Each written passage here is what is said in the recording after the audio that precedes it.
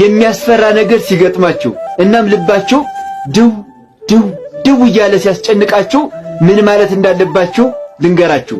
ቪዲዮ በቅንነት 5 ጊዜ ኮፒ ሊንክ አድርጉልኝ፣ ሼር እያደረጋችሁ አዳርሱልኝ። እንደዚሁም የልብ ቅርጿን ተጫኑና ላይክ አድርጋችሁ ጀምሩት።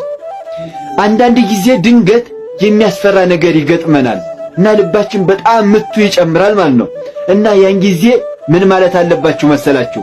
በነገራችን ላይ ቅዱስ ዳዊት ነው የተናገረው። እናም እንደዚህ በሉ እመኒ ሆርኩ ማይከለ ጽላሎተ ሞት እይፈርሆ ለእኩይ እስመ አንተ ምስሌየ። በሞት ጥላ መካከል እንኳን ብሄድ አንተ ከኔ ጋር ነህና ክፉን አልፈራም በሉ።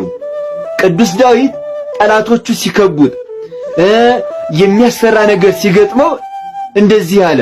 በመዝሙር 22 ላይ ነው ቃሉን የምታገኙት። እግዚአብሔር እረኛዬ ነው የሚያሳጣኝ የለም እያለ ሄደና በሞት ጥላ መካከል እንኳን ብሄድ እግዚአብሔር ሆይ አንተ ከኔ ጋር ነህና ክፉን አልፈራም ማለት።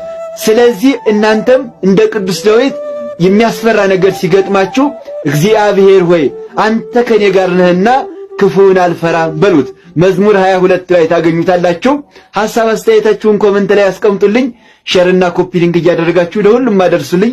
ቤቱን ፎሎ ካላደረጋችሁ እስከዛሬ የሚያስፈራ ነገር ሲገጥማችሁ እናም ልባችሁ ድው ድው ድው እያለ ሲያስጨንቃችሁ